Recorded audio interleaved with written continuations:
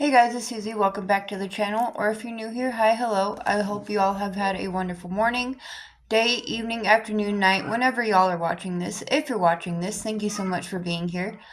This video, we're going to get into type 2 diabetes. And my daughter has type 1, but my mom has type 2. Introduction.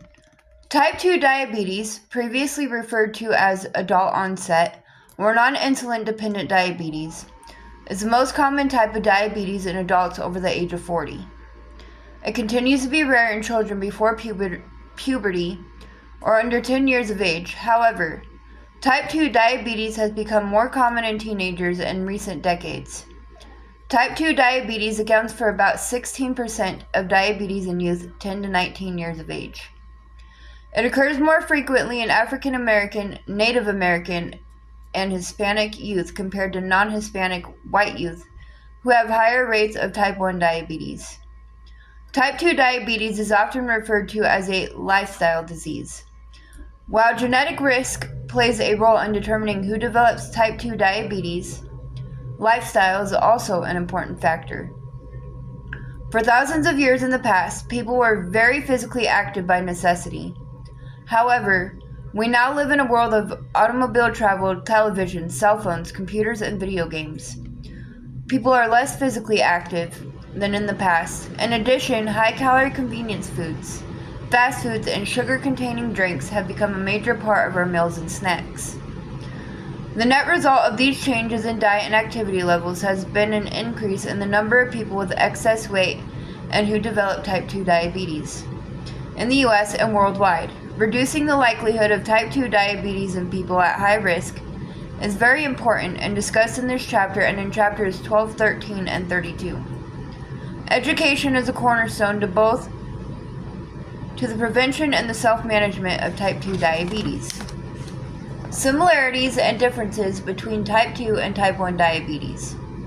In type 2 diabetes, individuals typically continue to make insulin, especially early on, but the primary defect is that their insulin doesn't work as well. This is called insulin resistance. Insulin resistance means that insulin cannot act normally to keep blood sugars in the desired range, and this is worse during puberty and pregnancy. Changes in diet, increase in exercise, weight loss, medications, and bariatric surgery can improve insulin resistance. While lifestyle changes are critical to treating the symptoms of type 2 diabetes, type 2 diabetes can sometimes be a progressive disease, despite lifestyle efforts.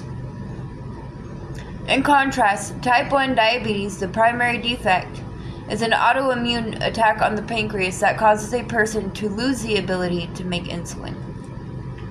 In response to insulin resistance in type 2 diabetes, increased amounts of insulin are made initially. However, long-term exposure to high glucose leads to damage to the insulin-producing beta cells of the pancreas.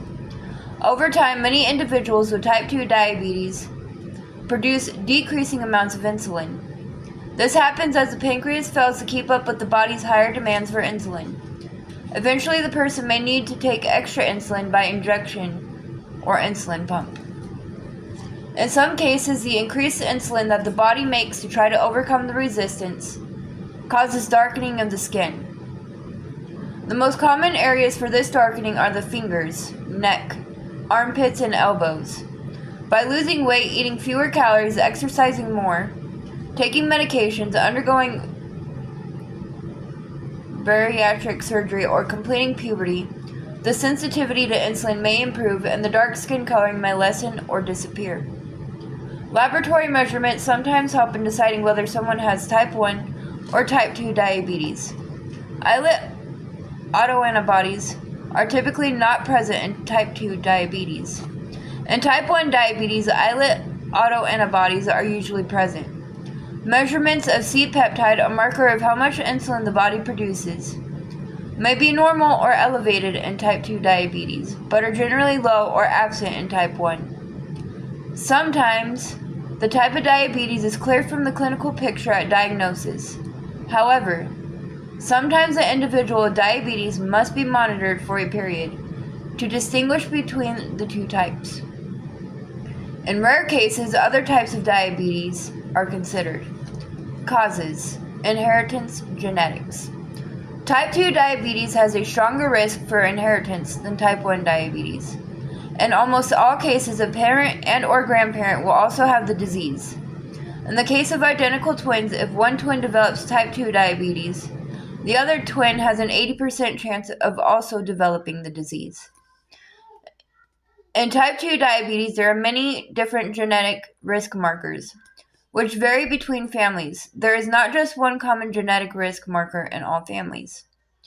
Children who are born to mothers with type 2 diabetes or to mothers with gestational diabetes have an increased risk of developing type 2 diabetes. Children born with a low birth weight are also at an increased risk for developing type 2 diabetes, particularly if they have rapid weight gain during childhood. Age and life stage. For children, puberty is a time of hormonal changes. This causes changes in how the body responds to insulin, known as insulin resistance. Puberty can be a time that triggers type 2 diabetes, especially in females, as does pregnancy.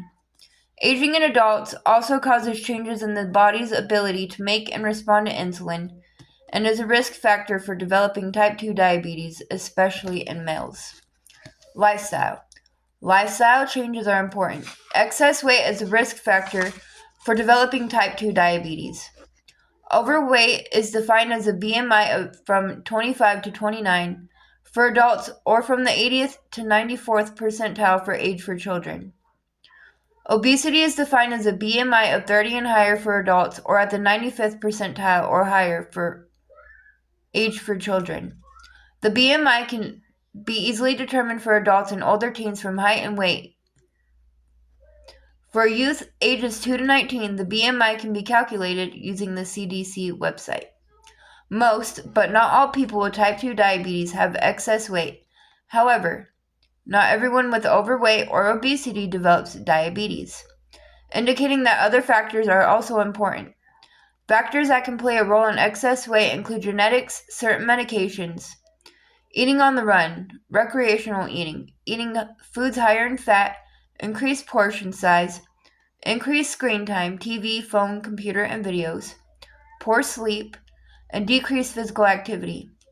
Beyond influence on weight, physical activity can also impact the way the body responds to insulin by decreasing insulin resistance. Increasing exercise and making dietary changes which focus not only on the number of calories, but also the types of foods eaten are essential in both the prevention and the treatment of type 2 diabetes.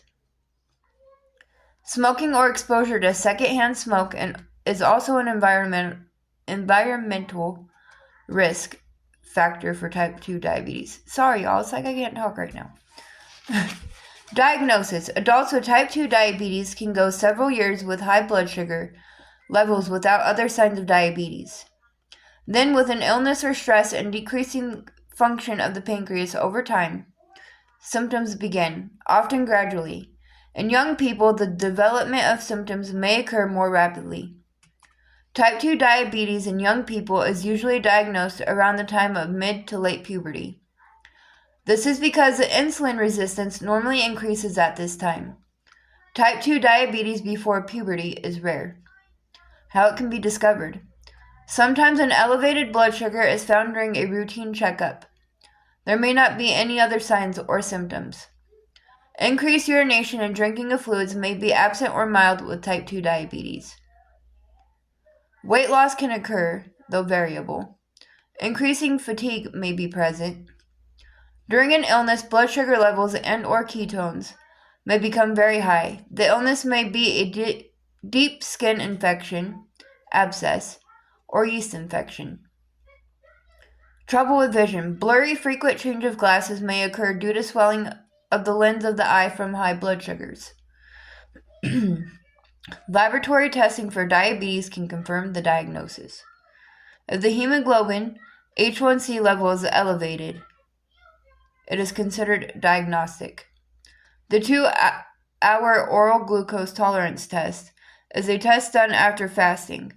After a fasting blood sugar is drawn, the person then drinks all of a high sugar drink within 5 minutes. A second blood sample is drawn after 2 hours.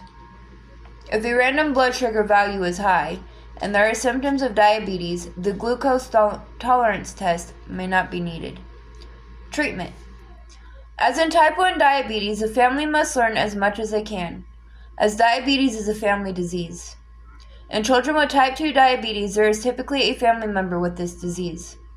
However, the family member may have never received complete education regarding diabetes when diagnosed.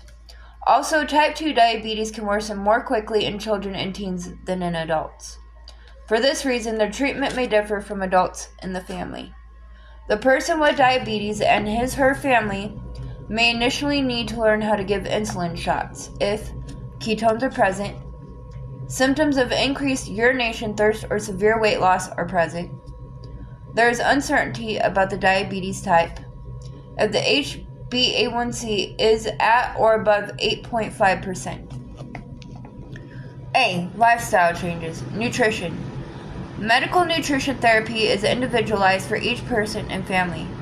Dietary changes are very important in type 2 diabetes, since weight loss and changes in the nutrients of the diet can reduce the insulin resistance. It is important to understand each family's feelings about food, eating habits, and activities associated with eating. Example, eating when stressed or bored, eating while watching TV, eating at restaurants, rewarding behavior with food. For example, binge eating followed by compulsory behaviors such as vomiting, food restriction, or use of laxatives are common in children, teens with type 2 diabetes. The individual in the family who does the grocery shopping and meal planning can play a big role in changing the family's diet. It will be important for this individual to know how to read food labels, to find affordable and healthy food choices available to them in their community, and to prepare healthy meals. Lowering calorie, fat, and carbohydrate intake through reduction of portion sizes and learning how to make healthier food choices are essential to losing weight and improving blood sugar levels. Usually the most effective approach at the beginning is to keep dietary changes simple and achievable. Some simple but important changes include the elimination of sugary drinks and snacks, reducing portion sizes, and limiting the consumption of processed foods, fast food, and restaurant food. Recent data suggests a low-carbohydrate food plan. No grains, potatoes, or foods with added sugar may help some people with type 2 diabetes. This is similar to the ketogenic diet, which reduces carbohydrates even more strictly. The plate method is a useful method for families to follow for meal planning. In this method, the plate is divided into 4 sections. 1/4 of the plate is devoted to grains. Another 1/4 is devoted to protein, meat, fish, chicken, etc. Another 1/4 of the plate is devoted to vegetables, carrots, broccoli, green beans, etc. And the final 1/4 represents fruits. A serving of milk and any free foods are on the side. For some families, carbohydrate counting may be useful, but requires extra learning and practice. Some individuals may have trouble recognizing hunger and/or what it feels like to be full. Reviewing these feelings can help with better food regulation. Behavioral habits such as putting the fork down between bites, chewing food slowly, using smaller plates, bowls, waiting 20 minutes before having seconds, and drinking a glass of water before eating can be simple and helpful tools in weight regulation. Food management is discussed in more detail in chapters 11 and 12. A knowledgeable dietitian can play an important role in helping a family individualize the meal plan. An ideal meal snack plan takes into consideration personal preferences such as cultural values, vegetarian or vegan diet, food allergies or intolerances, and factors which impact access to food, such as distance from grocery stores, availability of fresh produce, use of food banks, or financial limitations. 2. Exercise. Exercise is equally important for managing type 2 diabetes. For those who are not currently very active, it can be hard to start a new physical activity routine. So starting off with small changes is key. It is important to start with small, achievable weekly exercise goals, such as I will walk with my dog for 10 minutes, 3 days this week. Achievable goals can help to build a feeling of success.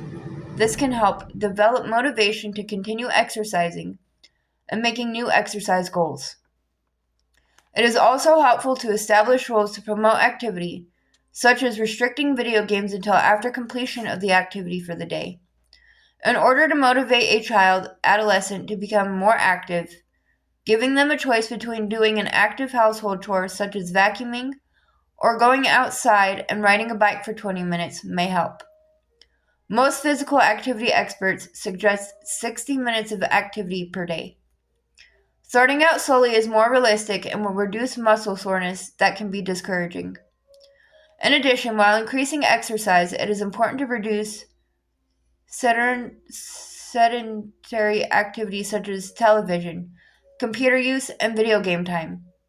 Finally, increasing general activity levels by walking, while talking on a phone or playing video games, taking the stairs instead of elevators, and parking farther from the store can make surprising differences in weight and blood sugar levels. As with a food plan, an exercise plan should be individualized to the person's preferences and environment. It is important to identify activities that the person with diabetes might enjoy to make physical activity fun, such as going on a family bike ride or playing basketball as a family or with friends. Ability to exercise outside safely or access to recreation centers or gyms may also impact activities available to each person. The diabetes team can help discover resources for safe and fun exercise in the area. It is important that the entire family make the same lifestyle changes. If family members are active along with the person with diabetes, success will be more likely. Similarly, if foods with little nutritional value are brought into the home by other family members, it will be more difficult for the person with diabetes to make healthy choices. It is important to praise all individuals in the family who have made healthy changes. B. Blood sugar glucose testing. Methods for blood sugar testing are covered in detail in Chapter 7. While continuous glucose monitors are used less frequently, they may be helpful, particularly for those on both basal and mealtime insulin, or for those who have not achieved optimal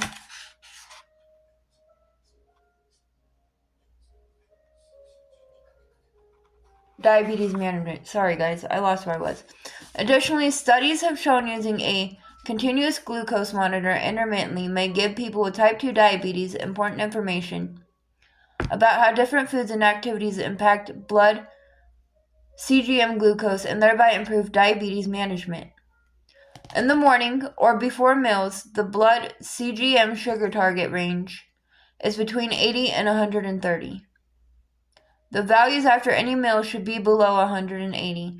In general, it is recommended for a person with type 2 diabetes to check blood continuous glucose monitor sugars 1 to 2 times per day if they are on insulin.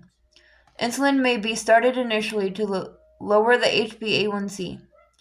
If there is success in weight loss and returning the HbA1c level to normal, monitoring blood continuous glucose monitor sugars is still important, but may be done less frequently.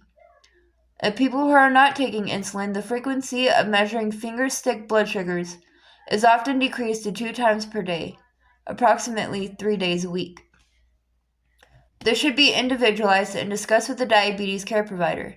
However, it is essential to measure values more frequently during illness. C. HbA1c. The hemoglobin A1c is discussed in Chapter 14. It reflects how high glucose levels have been in the past 3 months. The frequency of measurement will vary with the stage of treatment, but would ideally be every 3 months. A reasonable goal for most children, adolescents, and adults with type 2 diabetes would be less than 6.5%. Lower HbA1c values help to avoid chronic complications of diabetes. D. Support. Each person and family has different lifestyles and characteristics. The diabetes team should include a social worker or psychologist in addition to the diabetes educator, dietitian, and physician. Ongoing evaluation of mental health, particularly related to depression, diabetes, distress, sleep disturbances, and disordered eating is important. Preconception counseling should be available for all girls starting at puberty. I'm going to stop us right there for a minute, and I'm going to record part 2 of this chapter here in a little bit. But with that being said, I hope you all have a great rest of your morning, day, afternoon, evening, night, whenever y'all are watching this. And if you're watching this, thank you so much again for being here. And I will see you guys soon with part 2. Bye, guys.